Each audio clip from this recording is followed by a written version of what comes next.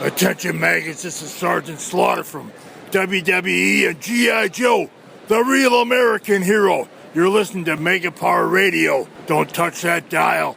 And that's an order. Shut up.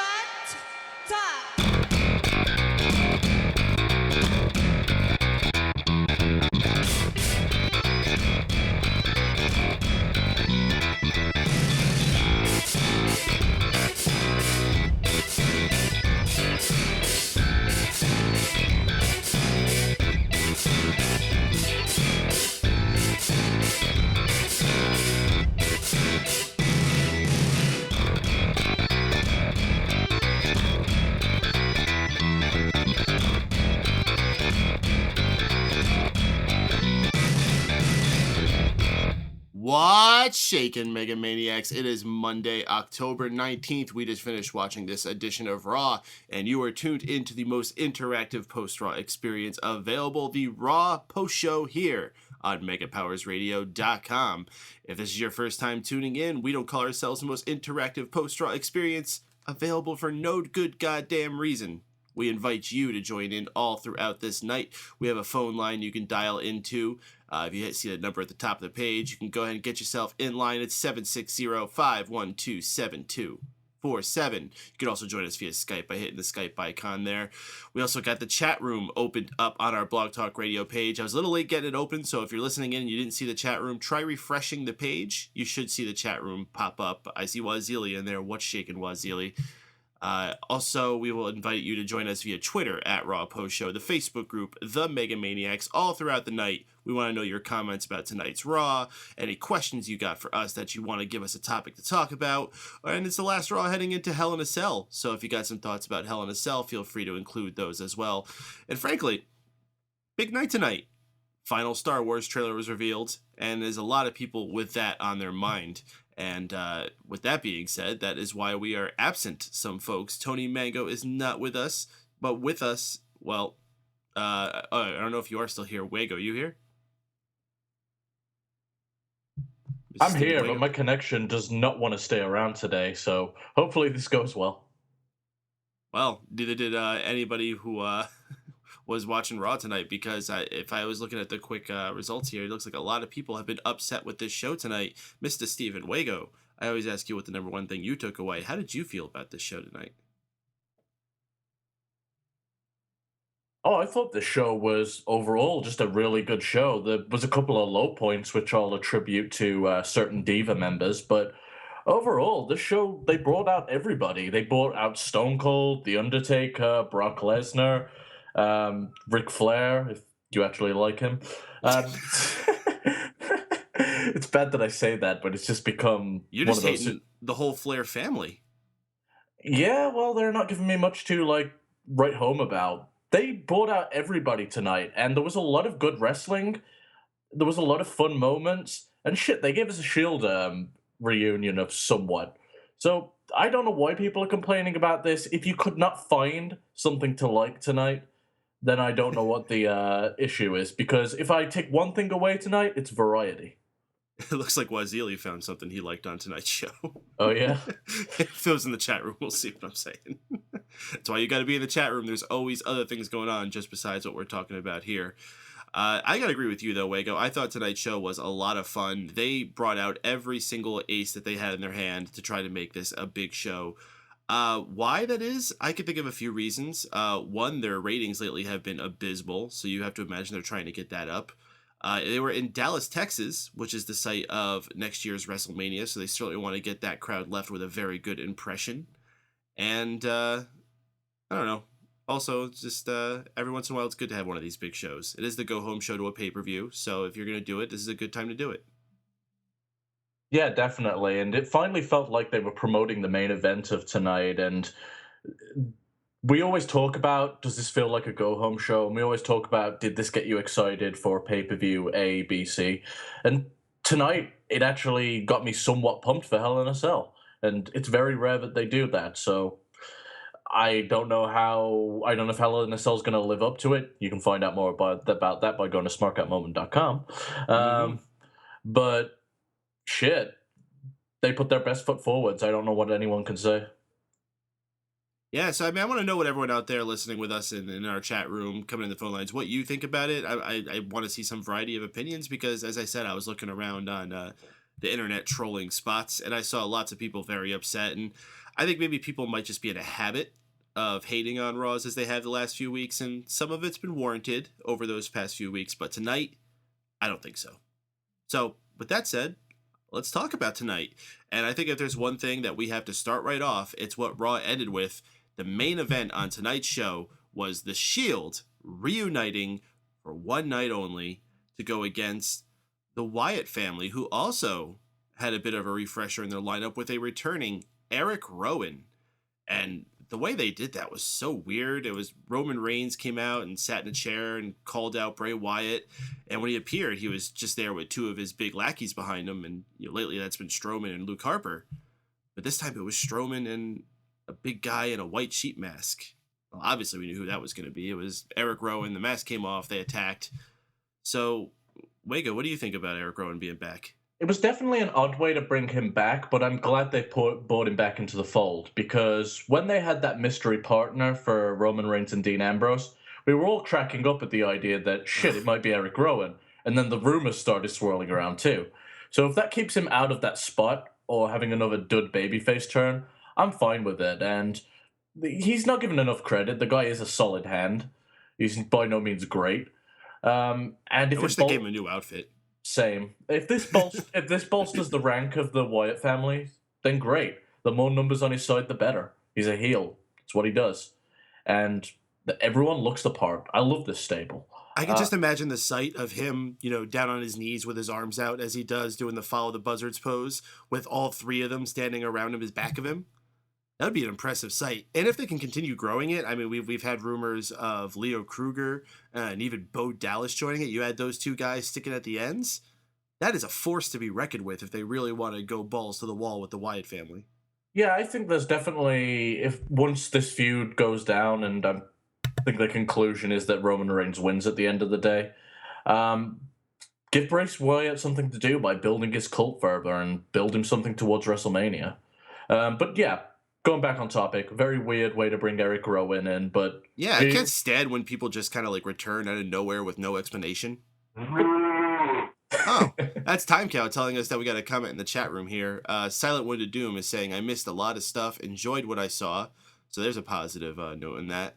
Wasili saying if they did that, that would be the Wyatt World Order. I'm not saying get to that level, all right? I'm not saying bring back Virgil and give him a role in the Wyatt family, although that actually might be interesting.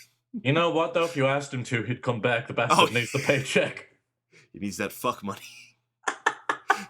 If you are not following Virgil on Twitter, I highly suggest that is one of the people you add to your followed lists. I mean, how else are you going to know about hashtag fuck money?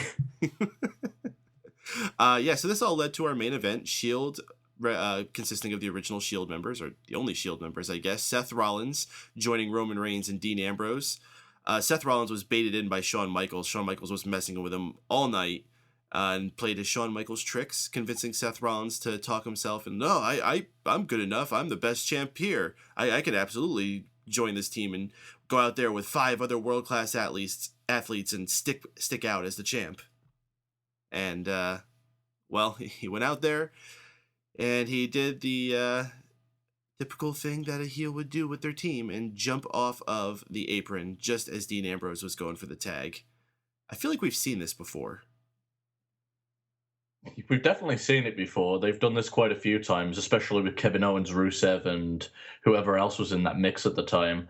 But it made perfect sense for Seth Rollins to do it because... No, I mean specifically Seth Rollins. Didn't they do this when they were first teasing the Shield breakup? Seth Rollins jumped down from the ring apron. I'm pretty sure it was against the Wyatt family in that match.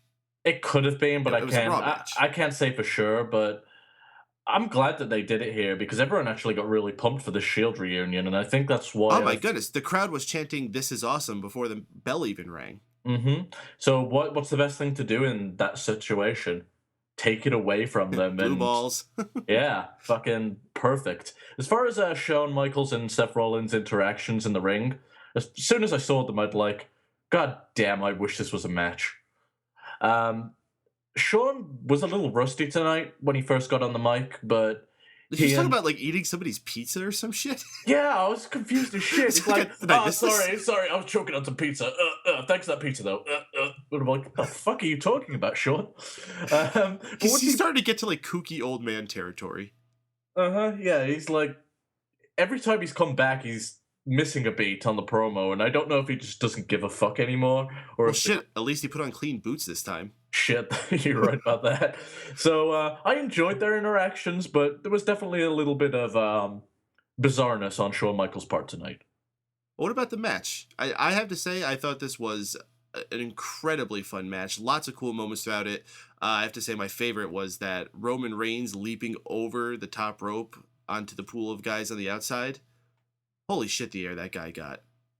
What we've always talked about is attitude era finishes to like shows. We're always chaotic and mad. That's what we got tonight, and very much it felt like a 90s show tonight. And that I love it when they just go off air in the midst of chaos and it isn't just a pinfall finish with a celebration. That's what you need when you're going into Hell in a Cell. And I think this is the first time in a long time that the Roman Reigns and Bray Wyatt feud has really picked up, because it was losing a lot of steam. Solid match, a lot of fun. Don't know why people are complaining. I think the problem is that it got lost with all these other ancillary characters in it. And funny enough, it took this 6-man tag with Seth Rollins and the return of Eric Rowan to really make it come back to being what it's supposed to be about, and that's Roman Reigns and Bray Wyatt. They've really been focusing it back to them the last couple of weeks. Yeah, and in all fairness, there were a lot of moving pieces, but I think they did a good job of telling every story. And impressive that this was what closed the show. Because, we're having 2 Hell in a Cell matches. Of course, the other one being Brock Lesnar and Undertaker. It's very cool that they're giving this that focus. And they brought up a good point when they were starting this match. They talked about how this is the first time both of them are going into Hell in a Cell. And it's like, wow, this is like a fresh Hell in a Cell match that actually has some like heat behind it. It's refreshing. I'm glad that they had Roman Reigns closing the show, because at the end of the day, Hell in a Cell between The Undertaker and Brock Lesnar does sell itself. People don't need to people don't need to be educated into believing that's a blood feud. They already know that. Ending the show with Roman Reigns and Bray Wyatt is the best option, because you put the focus on that feud which needed it, and most of all, you're putting a focus on your future investment in Roman Reigns. Dallas loved Roman tonight. Yeah, I'm hoping we get more crowds like this in Roman Reigns' favor, because I'll say it, and I know people don't like it, the guy is fucking good. The guy is great, and he is going to be your future, so get fucking used to it. I think people are starting to subside a lot on that. And it's a very good sign that they loved him that much in Dallas, site of next year's WrestleMania. Of course, you get people from all over the world at WrestleMania, but a still good chunk of that is the hometown area. So it's good that he's over in Texas. Just keep him the fuck away from the Royal Rumble and you'll be fine. I don't think it's safe for anybody to win the Royal Rumble anymore that isn't Daniel Bryan. Yeah, I know. And goddamn if he's not back in time, because it... You know what? He'll return to lose and sabotage the winner again. Mischievous Daniel Bryan. They need to give it him just so people shut the fuck up. I mean, I was there in the crowd that night in Philadelphia when Roman Reigns won and Daniel Bryan got eliminated, and it was just... I couldn't believe how much that crowd hated Roman Reigns for no good goddamn reason. When you've got The Rock going out there going, come on, guys. Guys. You know it's bad. Gosh. So, in my opinion, this has got to be, I don't know if the best, but top 3 Raw main events we've had this year. I'm trying to think what other great Raw main events we've had, so I'm definitely going to go ahead and say yes. Odd because it was such like a chaotic multi-man tag. Normally we bitch and moan about these 6-man tags, but if there was a time to do it, tonight was the one. I'll just go ahead and throw out that, some of those John Cena US Open challenges have been the main events.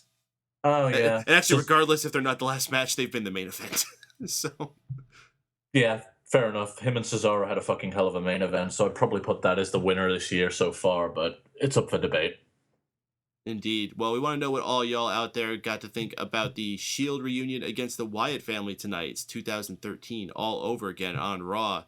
We visited a lot of years throughout the show. We had a lot of nostalgia, old characters showing up, but it's not right to call them old, but That's what a lot of them are. I mean, as you were saying when I first asked you at the beginning of the show, we had Ric Flair, we had Shawn Michaels, we had Stone Cold Steve Austin, even Undertaker decided to come out, promote that match that he has on Sunday. Oh, by the way, he still hadn't shaved himself. Like, he's still got that awkward peach fuzz all over his body. No, at least, that's right, he did take the jacket off. He was trying to show how serious he was. That was his version of the straps down. Undertaker taking the jacket off. Yeah, Flair is really old. Flair has been old since like 1997. It's funny because back when I used to watch wrestling as a teenager, my mom and dad might walk in, they'd go, "Oh wow, Ric Flair's still wrestling?" And now he's still on television, like barely moving. And it's funny that he's got like a kid that's really just starting to get out. But yet I remember when I was little, I watched one of his kids trying to break out. Yeah, that didn't go well. Yeah, well, it's not going so well for Charlotte. Let's talk about some of these celebrities that we had on with celebrities. Stars of the past, we'll call them. We had Stone Cold at the start of the show. Lots of rumors have been circulating for quite some time, whether Stone Cold was going to be on this, whether he wasn't. A lot of people were assuming because he had his podcast that he would be there, but then again, all the other nights he's had podcasts, he never actually made an appearance. It's been 4 years since we've seen him. He straight out denounced any rumors that he was going to be on the show on his Twitter. We would come to find out that that was a lie. Show started off before Michael Cole even welcomed us. The glass broke. Stone Cold came out and the crowd went absolutely fucking bananas. I think he went so far as to call it bullshit reporting, and it was great. It was a fucking hell of a moment, but part of me's like, well, if the cat's out of the bag already, don't you kind of want to let those rumors leak just so you get the high rating? Then again, it's always nice to have a surprise, so I can see the argument for both sides of it. You leave it in question. I mean, I think like people are like, yeah, okay, we know you're going to be there. But still leave a little bit of doubt. That's something I just miss in wrestling so much, is those surprises and that air of doubt. So every once in a while when you can get something that's a good surprise, it was very well done. The only thing that's disappointing is what we got of Stone Cold. He honestly came out and talked for maybe like 45 seconds, and he's pretty much like, "Hey, I'm Stone Cold. I'm doing the podcast later. WrestleMania's coming next year. Woo, here's Undertaker." I was very underwhelmed by that. The fact that he's got a podcast with Brock Lesnar later on in that evening, and the last time that he had any interaction with Paul Heyman and Brock, it was very tense.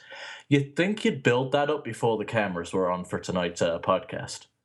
And I really wonder what's going on with that. And I hope I don't want to steer people away to go to the WWE Network to watch that interview. I am certainly going to be watching it ASAP because I expecting something interesting to go down. They keep saying this whole thing about Stone Cold coming back for a match is bullshit. I mean, you're talking to the guy that you teased a match with in Dallas, the site of next year's WrestleMania. And you know what? He denounced like any rumors of him returning, but he kind of just blew his word tonight, didn't he? Yeah. So maybe it will be nothing. But let's just say if there is going to be something, tonight's the night to do it. And just so everyone knows, there's no reason to tune away now because it'll be on demand on the WWE Network. Indeed. Yeah. Good point. So let's see who we got going in the chat room here. Silent One to Doom asks, who's older, Ric Flair or Terry Funk? I'm sure Funk feels older.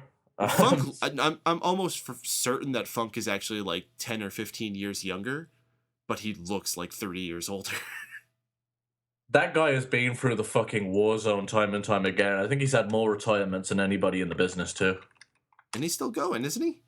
He's 71. Yeah, is he still going? He might be still going. I wouldn't be surprised. Oh shit, I just searched Terry Funk and there's a headline about him getting into a brawl. Like a bar brawl? Terry Funk involved in concession stand beatdown last night. Oh, you sure that wasn't just another one of his matches with Jerry Lawler? Maybe. He used to have those every week. Okay, I think it's a gimmick. It's not a real headline. All right. Oh, it's like one of those kayfabe news articles. Yeah. So to answer your question, yes, he still is going. Oh shit! Jesus Christ, Terry! Come on, man. Give up. Get it? Like, don't you have a ranch you can like run? Tell when the Doom also asks, is everyone really gone because they swooned too hard over the Star Wars trailer? I really just don't think anybody watched Raw tonight. I think people have gotten fed up with the bad Raws last few weeks, and they had enough distractions, whether it was the Star Wars trailer, plus trying to get tickets for the Star Wars release night, which has been a whole mess that can be talked about. A bunch of websites have gone down. People had football to watch. I think there was a season premiere for some show tonight. There was a lot going on tonight, and in fairness, WWE countered in a very good way. However, when you've been building this up for weeks, like building your pay-per-views up for weeks and weeks and weeks, and just failing to deliver, the viewership just goes away. So when you finally do bring out the big guns, no one's there to see them. Yeah. Well, as I said, we spent more time talking about Stone Cold than he actually was on the fucking show. He invites out Undertaker, who also doesn't have too much to say, before he gets interrupted by Brock Lesnar and Paul Heyman coming out. I'm starting to buy into what Tony's saying about Paul Heyman kind of doing the same shtick every week. Or maybe he was just off this week. I don't know, but I was not feeling what Paul Heyman was doing this week. Undertaker baits Brock Lesnar into the ring by taking off his jacket. I guess his hairy chest is supposed to attract Brock Lesnar in. I don't know. Brock Lesnar teases by leaping onto the apron that he's going to get in, but of course walks off smiling, leaving Undertaker to do that little thing where he puts his thumb against his neck. What I will say about this, I'm glad this promo took place in Dallas and not a smart place, because I don't know how the fans are going to treat Undertaker anymore in those areas, just because of the way this feud's played out. He got the pop that he needed. There weren't any obnoxious what chants.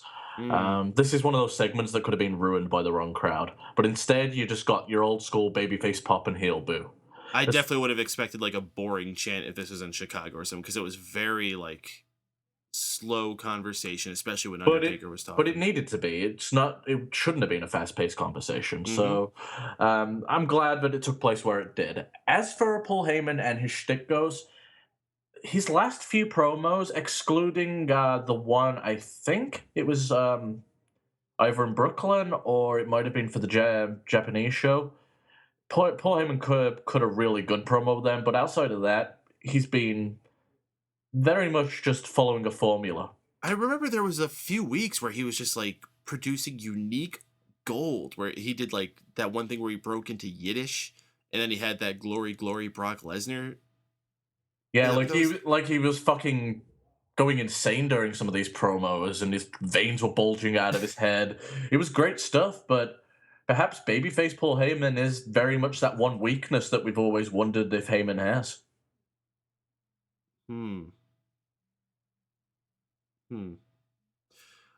He was good tonight, and after his promo, though, Silent Doom is pointing out when he was doing, he's in your head! He's in your, oh God, Brock, no! No, not now! He was good doing all that. Definitely the mannerisms between him and Brock Lesnar very much make that duo. If you ever, like, pay attention, notice that he never touches Brock Lesnar. Mm-hmm. He's very careful. Like, he'll put his hands, like, trying to get his attention in front of him. He's smart. He never lays his hands on Brock Lesnar.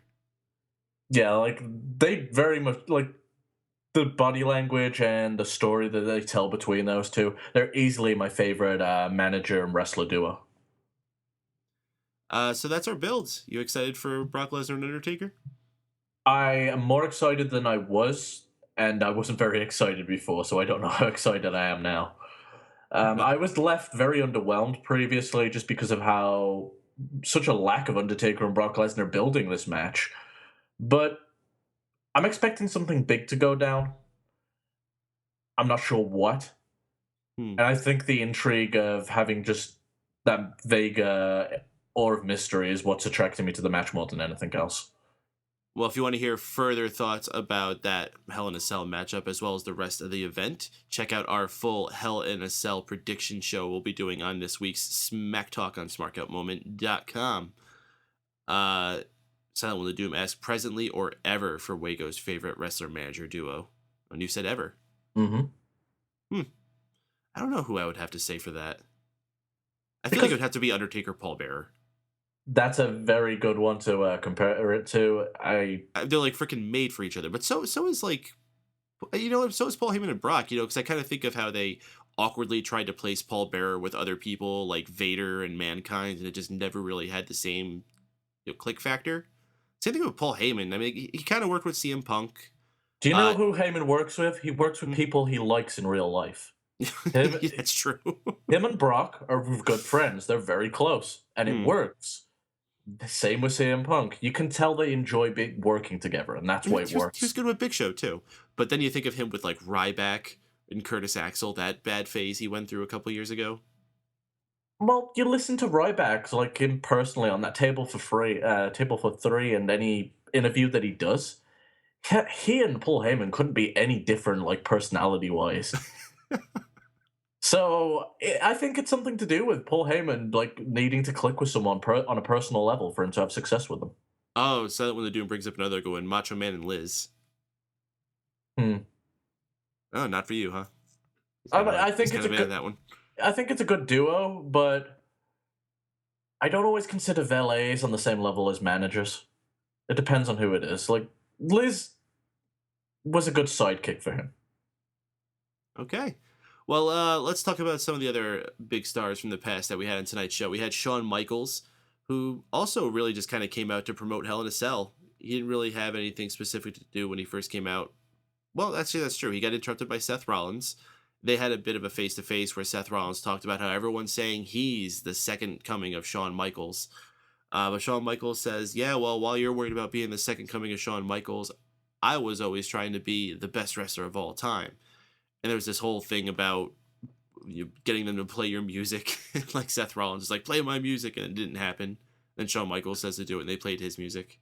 Yeah, I'm pretty sure because Shawn Michaels is like, oh yeah, the issue with being version 2, not the original, nobody plays your music. And I'm just like thinking Kevin Dunn's in the back going, and he's got a board full of pictures of wrestlers that aren't Shawn Michaels. Oh, Seth's on here, can't do it. That's a really big board. Why wouldn't he just have one picture of Shawn Michaels? Because it's Kevin. Well, the reason I said it that way is because it's Kevin Dunn. That's a very good point. See, I was actually figuring like maybe Shawn Michaels actually had the nerve to super kick Kevin Dunn one time. Maybe that's why his teeth are all fucked up. Maybe he's just afraid. Maybe Seth Rollins can give him a curb stomp though, and maybe that'll straighten them all back out. Maybe. What do you think about Shawn Michaels' appearances tonight, though? I liked his stuff backstage better than his stuff in the ring, as we mentioned before. He was very awkward choking on his pizza. So good. I'm such a Shawn Michaels mark where whenever he does anything, I'm going to see it in a better light than it probably is. But I'll gladly admit that bias. But he definitely wasn't on point tonight. But that's fine. He was kind of in a spot where it made no sense, too. It's like, there's a Hell in a Cell match tonight. Shawn, you're not involved. Go out there and promote that match. We got a couple callers on the phone lines waiting patiently. I'm just going to ask you guys to wait just for one more minute while we finish talking about the superstars in the past hour on tonight. We just have one more, and that's Ric Flair. Woof.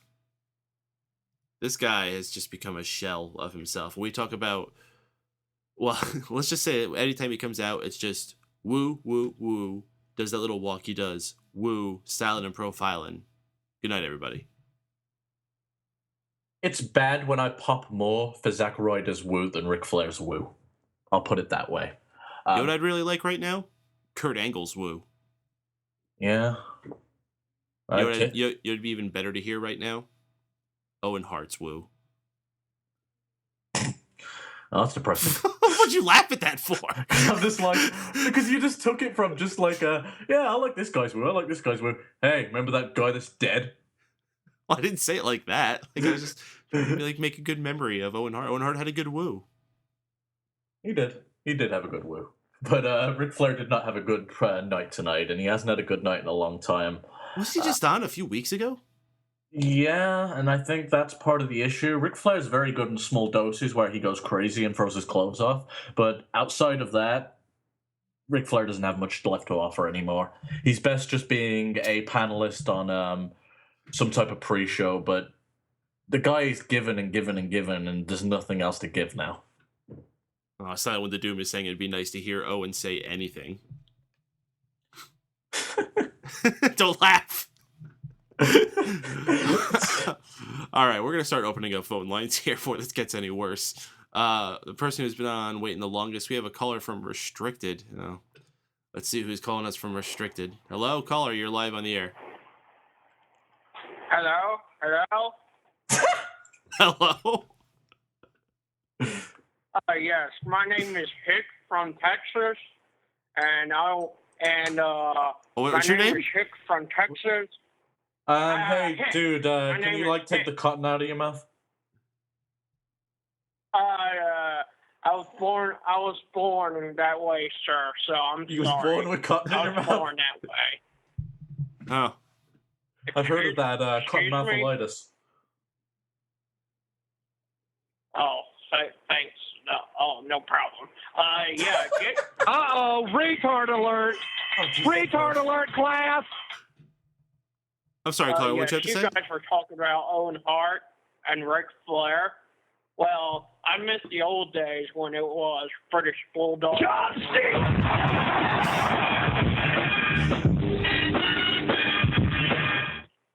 I'm sorry. The old days when it was who? Tudo Shantana, and it was King Kong. Tudo Shantana? I think The Godfather. I think he's related to John Tamalalala. Although I did one of his hoes, and it was Hillbilly Jim and One Man Gang, which was a king, and it was Slick, and it was Big Boss Man. Do you actually have something to say? Dust, Terry Funk. Will you put this retard out of his misery? Let's see what Oh, no.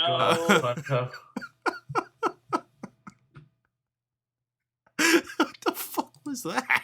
I have no idea what the hell is wrong with him. I think we're like doing a good deed by entertaining him. I really think he's got something wrong with him at this point.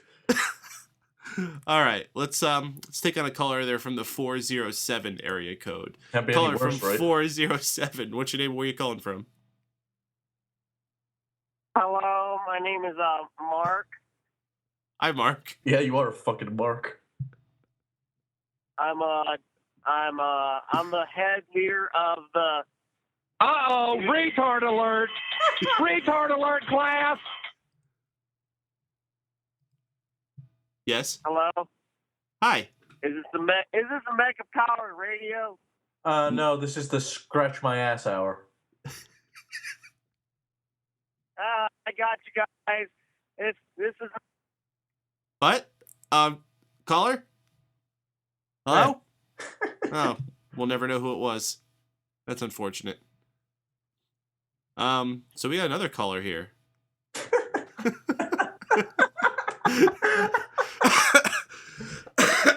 Oh shit, that was really funny. Paden's dead.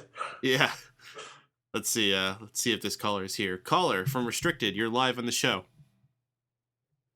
I forgot to mention Val Venus, Funaki, Hardcore Holly. Oh, I think he's trying to troll us. And Matt Stryker, the He's not very Dungeon good of at it. Doom. I gave them. We'll just come back to that in a little bit. All right. If you just like put him in the fucking screen. Right. Give him a blowjob and a fuck What? jazz doggy style, and I can't even stress. What the fuck?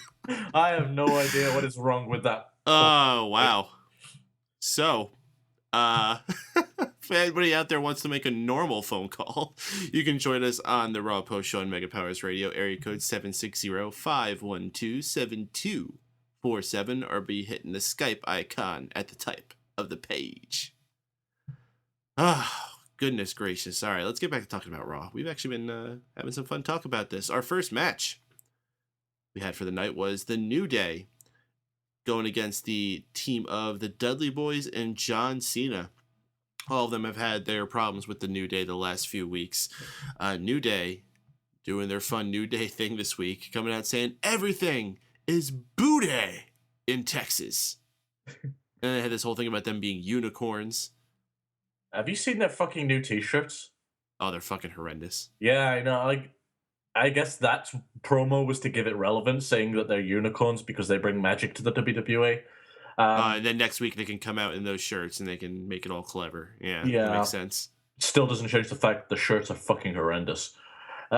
It really has got to be one of the worst shirts that WWE Shop has ever had. Here's the thing. It's hard for us heels to sell merchandise anyway because everybody fucking hates them. You at least want to make it wearable. I was at Comic-Con and I saw at least 3 or 4 people wearing the New Day logo shirts. You know what's funny? Out of all the t-shirts that I see in Michigan of people walking to my store, fucking Bo Dallas. I've seen a lot of Bo Dallas shirts too. Like, it's so random, and it's like some of the most unexpected like type people that walk into my store. You know what I'm really happy to see a lot of is just generic NXT gear. Mm-hmm. It's kind of cool that the brand's over, not so much that the wrestlers are over. Mm-hmm. Means good future for them. What the fuck was he talking about? New Day? A New Day against Dudley Boyz and John Cena. They had a match, right? Yeah, and I cracked up because as soon as we had Stone Cold, Brock Lesnar, and The Undertaker come out and do their promo, the next guy they put out is John Cena. I'm like, holy fuck, you guys are desperate for like ratings in this first opening hour. It was a solid match. It was fun for what it was. I like that the New Day are just pissing off everybody and kind of what Seth Rollins is doing. It's good to have them have multiple enemies.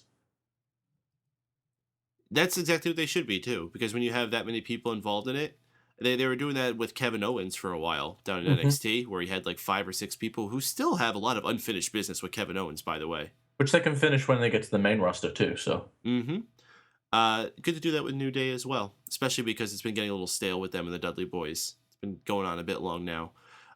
We get to see Xavier Woods going through a table again. Poor Xavier Woods. It's always him. Well, yeah, he's the fall guy. He's the third man. He never wrestles any matches, so he might as well take the table bumps. That's true. He's probably not going to be wrestling Sunday, so it's good to put him as the guy who's going to take that. He did get the pinfall victory, though. He rolled up Devon for a surprise pin using what they called was the tights. It's just his... Yeah, he doesn't really wear tights. Hey, did you notice John Cena wore camo tonight? Yeah, he's brought that back. He hasn't worn that in a while. He did it because he was with the Dudleys, because they're camo. That's kind of cool, Did you actually. make that connection? No, Yeah. I didn't. I actually just made that connection because I did make a note that John Cena was wearing camo. I was like, huh, he hasn't worn that since like that whole Marine thing he did in like 2007. And then I was like, wait a minute, the Dudleys wear camo. It was kind of nice. Oh, that was smart. It was kind of nice seeing him in something different because the jorts get boring. Yeah, he shakes it up. Like I remember he had, like we say, he had the camo. He used to just have the plain khaki shorts. He had the one with that rhino on the butt for a while. So who the hell is John Cena facing at Hell in a Cell, or is it just an open challenge? They're actually going to do an open challenge. I'm assuming he's dropping the title there. I'm not sure who they're going to put up against him, though. Big rumor swirling around seems to be Tyler Breeze. Oh, I don't think they'd put it on Tyler.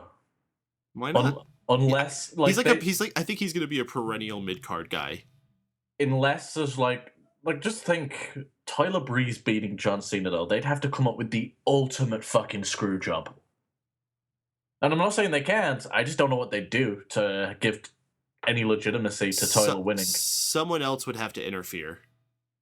And that John Cena can feud with when he comes back. And that takes him out of the US title picture. Yeah, you're right. That's the only thing that can happen. Maybe that's because Ziggler's already lost in his title match, so maybe that's the guy that screws him. Yeah, whoever is likely to be John Cena's WrestleMania opponent. Ooh, you know who would be good? Batista. I think Batista is done with WWE permanently. Yeah, I'm pretty sure he is too. I would be too after that last run. Yeah, but I'm saying to say he would be perfect story-wise. Yeah, that's true, but I think he's definitely good. He's probably like, yeah, that move his thing. I'm going to keep doing that. Well, he's good as long as that does well. As soon as he gets like the Tooth Fairy status, I don't think he's sticking around. So we had Divas match with Nikki Bella and Alicia Fox teaming up against Sasha Banks and Naomi. Nikki getting the victory in this with a rack attack pin. Honestly, not a bad tag team Divas match. I drifted out of this at times, but I will give it credit. It wasn't a bad match by any standards. It was just it's a typical tag match. And I'm glad that they delivered that because we always go in thinking, oh, this is going to suck. So hats off to them. They need to keep doing this consistently. That's the thing that I want in the Divas division. Consistency. They'll give us glimpses of hopes now and again, and then they'll piss all over it. We had a good comment in the chat towards the beginning of the show. I wish I could find it. I think it was from Silent Wind of Doom, where he said, the only real note I have is that Naomi's boots changed colors 4 times during the match. That could be a new counter. Those boots are cool. I wish I wasn't old so I could wear those. These fancy young kids with their light-up shoes and their YOLOs. Man, that might be your most depressing statement you've ever made. It's okay. It's nothing compared to Miguel's statuses. So we had a match with Ryback against Seth Rollins. This was right after that Shawn Michaels Seth Rollins segment. Seth gets the sneak victory in this.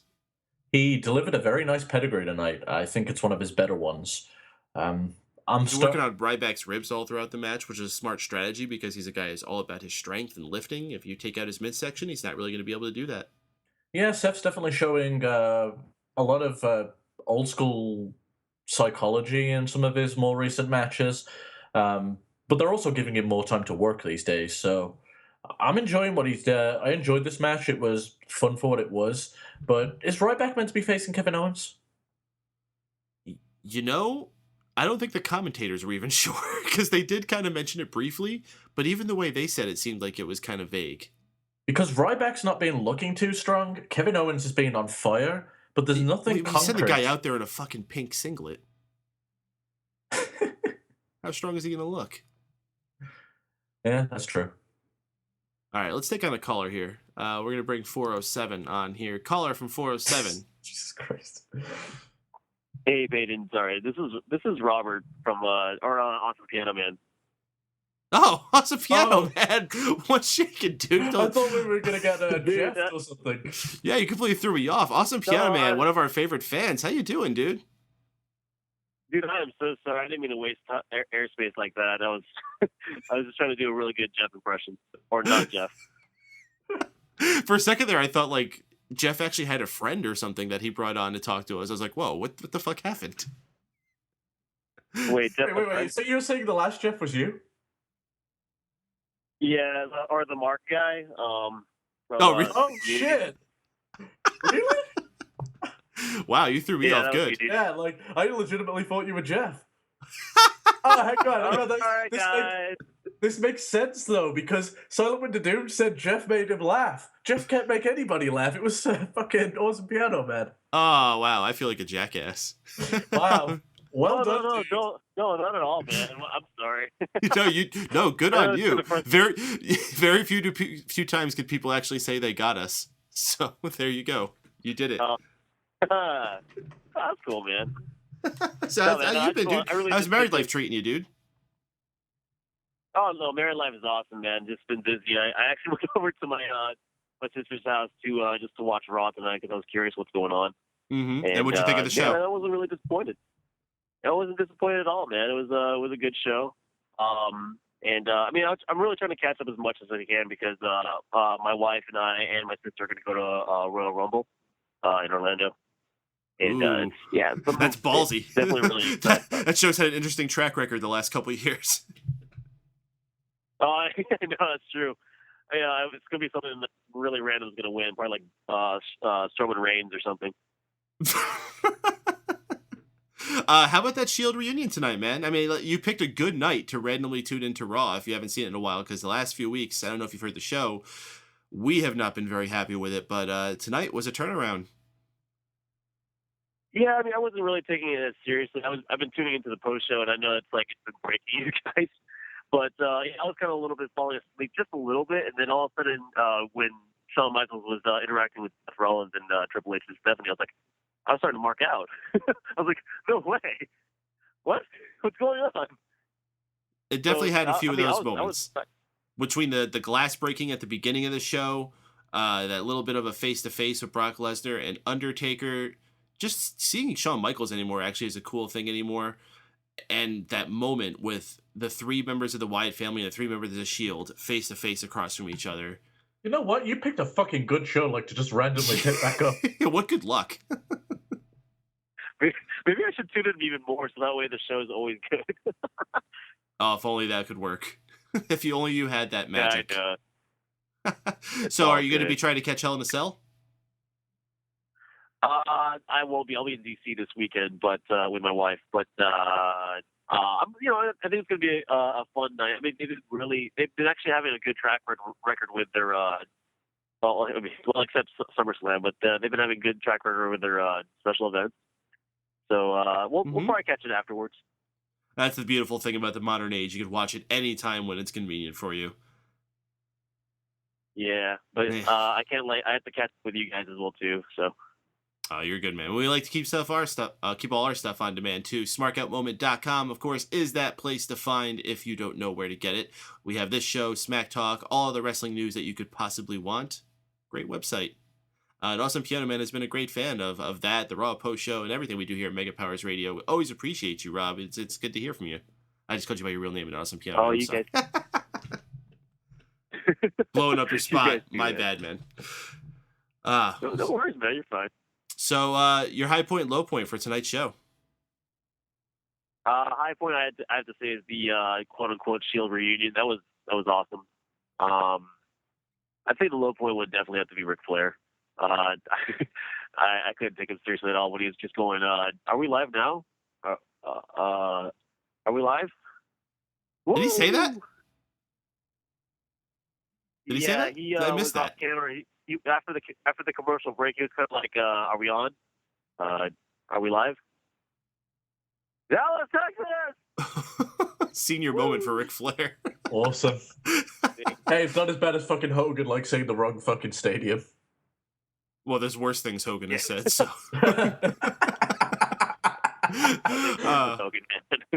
Awesome, Pierre, man. It's always good to hear from you, man. Before we let you go, is there anything else on your mind you wanted to say? No, I'm good. I appreciate you guys doing for all your hard work. You guys, especially with all the colors that you guys get. Man, we always appreciate your support, man. Good job getting us with that phone call.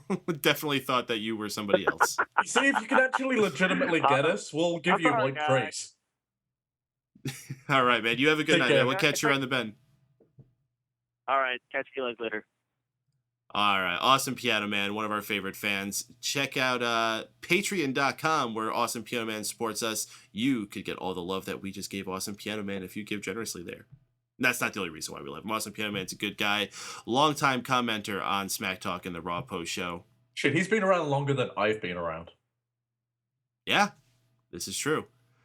Speaking of people who have been around for a long time, we got a caller who's been waiting a long time in the queue from the 412. Oh, boy.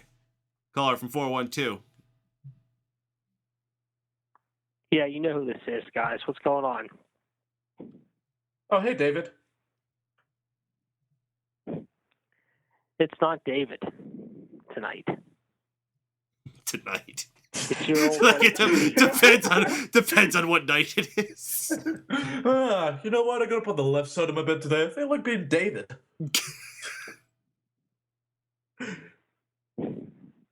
Alright, are you gonna breathe down the fucking microphone some more, or are you gonna fuck off already? No.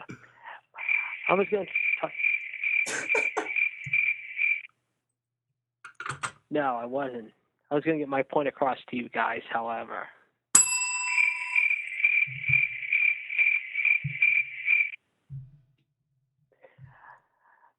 I heard you had a little trouble with a hillbilly earlier. You're not funny, guys.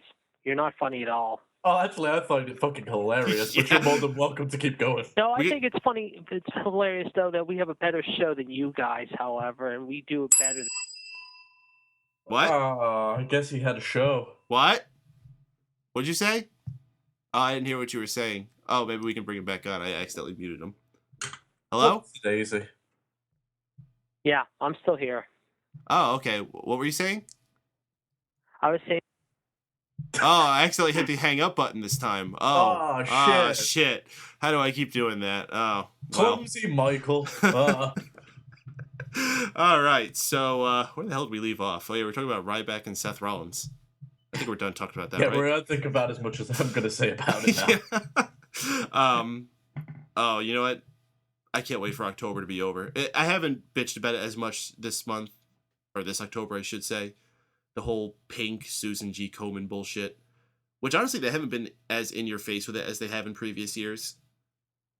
I'm glad, because it's such a bad company, and we've mentioned it before. Every time that they talk about it, we're going to talk about the truth about it. The money does not go to who it should go to. It's going to the guys that run it. And it's especially heinous because they just did one of these awareness things last month with that Connor's Cure and making everything yellow.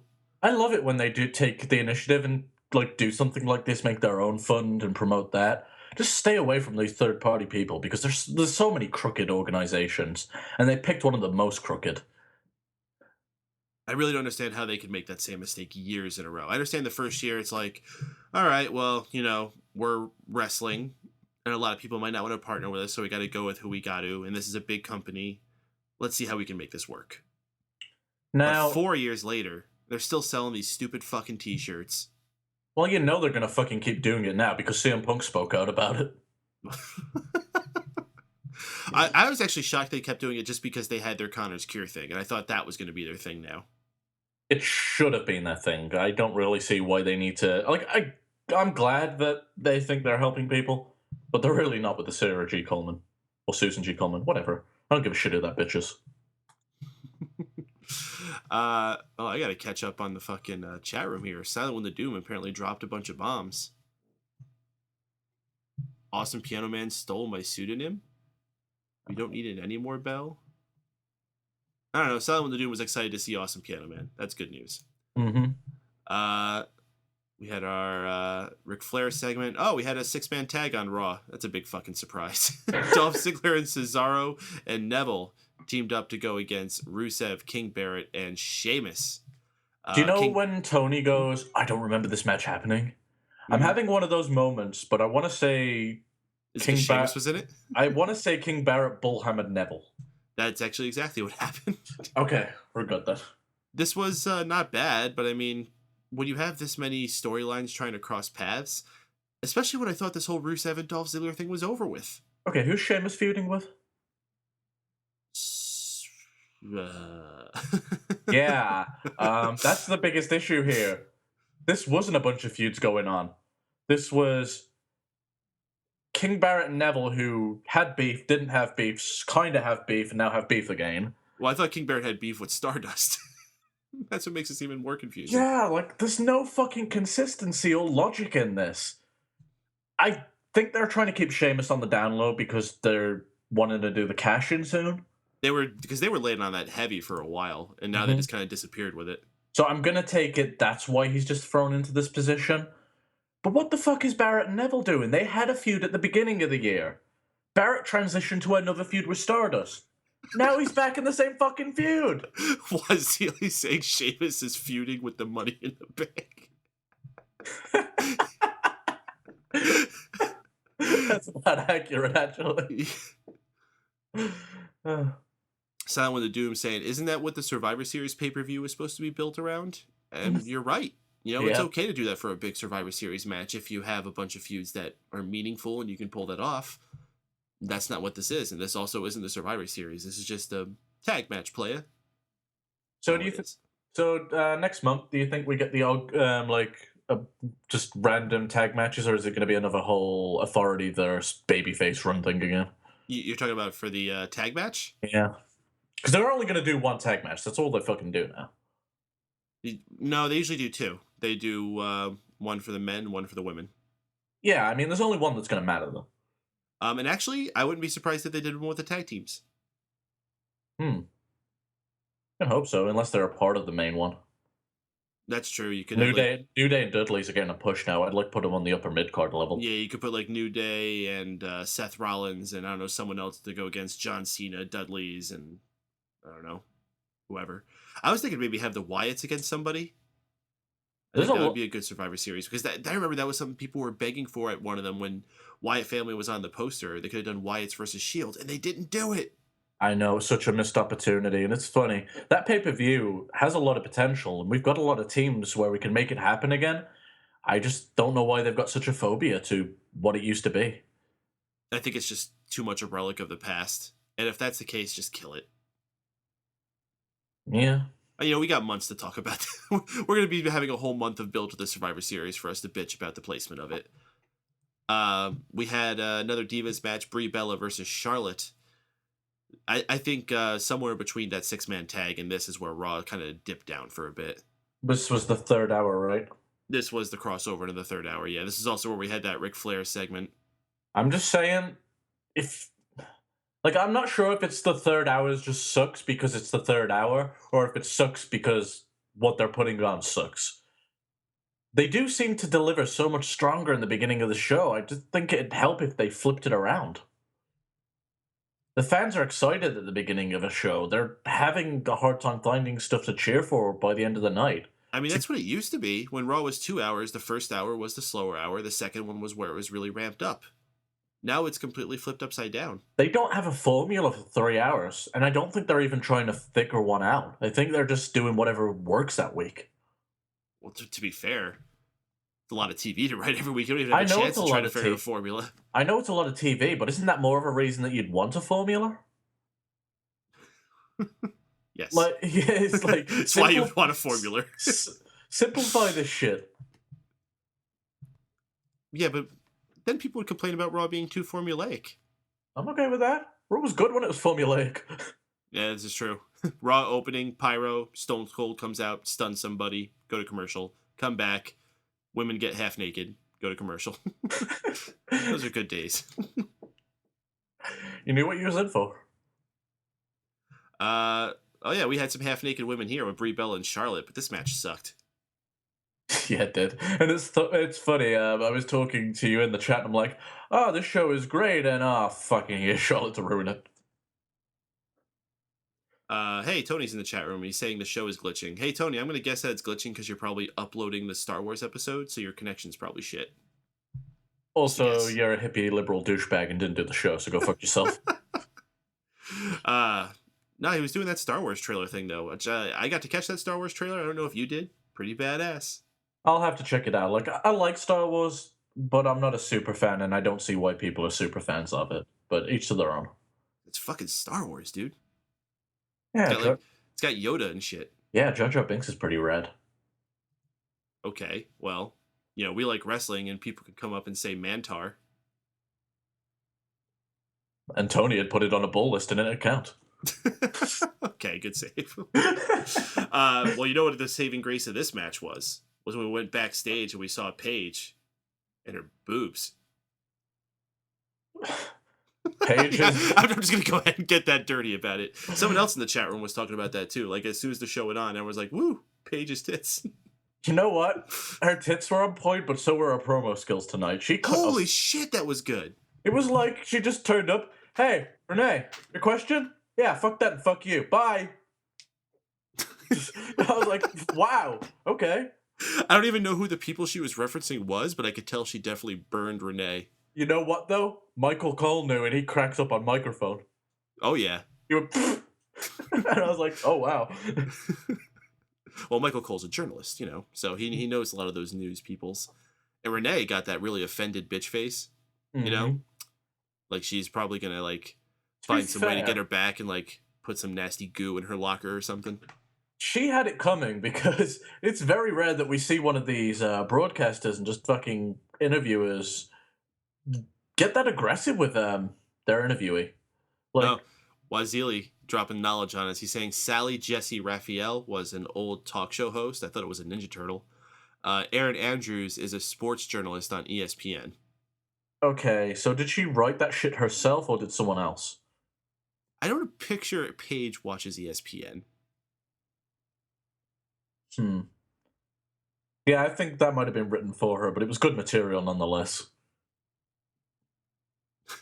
Yeah, she definitely did good tonight, especially after we've been complaining a lot about how bad Paige's skills on the mic have been. I fucking hate her when she does this. She's so inconsistent that I'll go on a month of hating her, and then she'll give me something that reminds me of, oh yeah, there's a reason we loved you in NXT. Sound like Doom saying, wow, finally saw a picture of Paige from tonight. Yep. Yeah, worth seeing, must say. We had a matchup between Kevin Owens and Mark Henry. It wasn't a total squash for Mark Henry, so I was happy to see that. That's been what he's been kind of relegated to lately. He actually got a good amount of offense in here, which made it look that much better when Kevin Owens made the comeback and hit him with a massive pop-up power bomb. It really just kind of like flew by. That's a shame that moment wasn't something bigger, because that was a sight to see. Kevin Owens looking like a beast. Good for him, looking strong as the Intercontinental Champion. I agree. I couldn't half help but think, shouldn't this be one of his big title defenses that are built up? Yeah, I mean, it's not like you got Mark Henry for like another year or two. Make use of him. Even if he's losing, make his losses mean something. Build him up on the weeks before, put him against guys like your Kevin Owenses, your Cesaros, etc., and make him look good. He can still be a useful guy, but he's just lost in obscurity, and this moment should have been so much more, more. That powerbomb was sick, and it got lost in the shuffle. And kudos to both of them, because I'm not a wrestler. I don't know all the sciences behind every move, but when I look at that move, I think a lot more of the work is on the guy receiving the powerbomb, I would assume, yes? In that case, you get to a certain point where the guy can post you up, and Mark had to jump quite high for that, so hats off to him. Mark. Talking about him like he's your friend. Well, at least you're not talking about The Undertaker like that. Mark Henry's a mouthful. Giggity. And O. Henry is. Oh, man, it's almost Halloween. Time for some candy.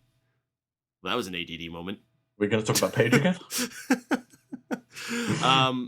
Oh, shit. That's the end of the show. We already talked about Shield and Wyatt Family. Oh, damn. We ended it on Mark Henry. Well, and Kevin Owens, technically. Yeah, that's true. All right, well, with that, we have one thing left to do, and that is the good, the bad, and the ugly, where we talk about what the best part of the show, the worst part of the show, and the most god-awful, embarrassing part of the show was. If you're in the chat room, drop your good, bad, and ugly, and we'll read it after we do this.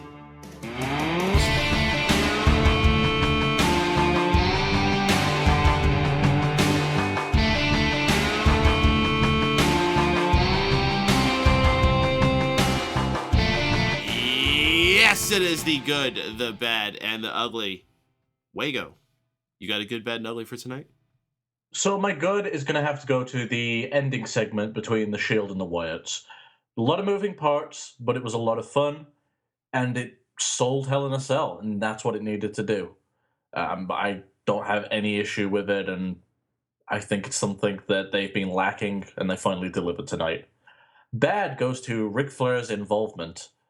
Ugly goes to his skin. My good, I am also going to give to the Shield and the Wyatt family. What an excellent main event to have had for tonight's show. I mean, the crowd was into it. I don't know how anybody watching couldn't have been into it. It was one of the best Raw moments of the year. Bad, I have to give to that Brie Bella versus Charlotte match, with the exception of whenever we went back to check in on Paige. Those were good times. And the ugly, I'm going to give to Ric Flair as well. Shame, the guy is one of the most legendary people of all time, but whew. We got Tony dropping in the chat room saying, good, Awesome Piano Man calling in. The bad, David calling in. And the ugly, David turning out to be JD. Silent Wind of Doom saying, good, I missed the first Divas match and asked what I missed. My friend Steph said she changed her boot color 3 times. They said it was 4 times. Changing shit. Bad, Undertaker's forehead hat mark. Yeah, that was kind of awkward. Didn't point that out, but I did remember seeing that. It's not as awkward as that time he tried to shuffle the fucking hood off his head and it got stuck. It got stuck on his stubble and it wouldn't come off. I love that GIF that made it into the L'Oreal commercial. Oh yeah, that is a good one. And the ugly for him saying, the last thing I ever need to think of is Bray Wyatt getting off. Thanks, Roman. Oh, he did say a line about that, didn't he? You get off on that, don't you? Yeah, he did. But you know what? At least it wasn't as offensive as Austin saying Dallas like 20 times. Dallas. Dallas. Oh, Kofi Kingston broke the realm of PG. He did say ass. He said ass! And they can because they're the New Day. Yeah, that's why. Because they're the New Day, they can do that. I don't have a fave commercial because all the commercials that I saw tonight were stuff I saw before. So I'm going to give another shout out to that Tomcat one with the mice. Christ. Because I still see that. I'm just like, wow, how did this get past like the people who have to approve this stuff? So we're going to call things out here. We're not going to do any games tonight since it's a small cast. We will resume them next week. Matter of fact, I have a new game I want to try next week. So make sure you tune in and listen to the whole show for that. With that, we got business to take care of, and that is telling people what else they should be checking out from us. So, Wago, what's good in the world of Wago? If you enjoyed me as a part of this two-man band tonight, you can check me out on Twitter at Stephen Wago. That's Stephen spelt with a PH. Go to stephenwago.com, which will take you to my Tumblr page, where you can find all my corresponding social URLs, etc. All right, and if you enjoyed this edition of the Raw Post Show here in Mega Powers Radio, you should join us every single Monday night following Raw by tuning into megapowersradio.com, and you'll be hearing us through your browser. However, if you can't join us live, we are available in a number of archive means on iTunes, Stitcher Radio, TuneIn Radio, YouTube, and links to all these can easily be found on our home on smarkoutmoment.com, which is also the home of the Smack Talk podcast and lots of other cool wrestling content, way cooler than wrestlingcontent.com. So check that out there. And check out all the other cool content on megapowersradio.com, smarkoutmoment.com, fanboysanonymous.com, keepingkayfabe.com, stephenwago.com, drewcrew.com, happypope.com, premierpals.com, all the other crazy shit we're doing. I don't know if those are actual websites. I just kind of made .coms towards the end there. I'm pretty sure there's a few invalid URLs, but it's good. All right, folks, if you enjoyed this, we'll see y'all next week, hopefully. For Stephen Wago, my name is Mike Paden, and we'll catch y'all on the flip-flop.